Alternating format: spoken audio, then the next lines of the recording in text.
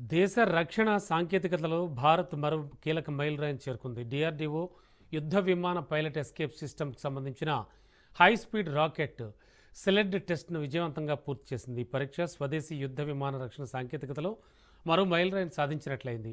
రక్షణ మంత్రిత్వ శాఖ ఎక్స్ పోస్ట్లో టెస్ట్కు సంబంధించినటువంటి వీడియోను షేర్ చేసింది. ఈ టెస్ట్ చండీగఢ్లోని టెర్మినల్ బాలిస్టిక్ రీసెర్చ్ ల్యాబొరేటరీలో ఉన్న రైల్ ట్రాక్ రాకెట్ సెలెడ్ ఫెసిలిటీలో గంటకు 800 కిలోమీటర్ల వేగంతో నిర్వహించింది. ఈ విజయంతో పైలట్ ఎజెక్షన్ సిస్టమ్ను పూర్తిగా పరీక్షించగలిగే సామర్థ్యం ఉన్న దేశాల జాబితాలో భారత్ కూడా చేరింది. డిఆర్డీఓ అభివృద్ధి చేసిన ఈ ఎస్కేప్ సిస్టమ్ను నియంత్రిత వేగంతో పరీక్షించారు. క్యానోపీ సెవెనర్స్, అలాగే ejection sequence, air crew recovery ప్రక్రియ ఇలాంటి అన్ని దశలు విజయవంతమయ్యాయి.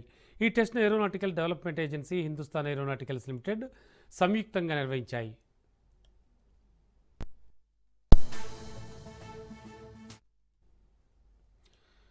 ఈ పరీక్షలో ఎల్సీ యుద్ధ విమానం ముందు భాగాన్ని ప్రత్యేకంగా రూపొందించిన డ్యూయల్ స్లెడ్స్కి అమర్చి పలు రాకెట్ మోటార్స్ దశలవారీ ఇగ్నిషన్స్ ద్వారా నియంత్రిత వేగంతో ముందుకు దూసుకెళ్లేలా చేశారు. ప్రత్యేకంగా రూపొందించిన మానవాకార డమ్మీ సహాయంతో పైలట్కు వచ్చే లోడ్స్, అలాగే మూమెంట్స్, యాక్సెలరేషన్ వంటి కీలక డేటాను నమోదు చేశారు. మొత్తం పరీక్షను హైస్పీడ్ కెమెరాలతో రికార్డ్ చేశారు.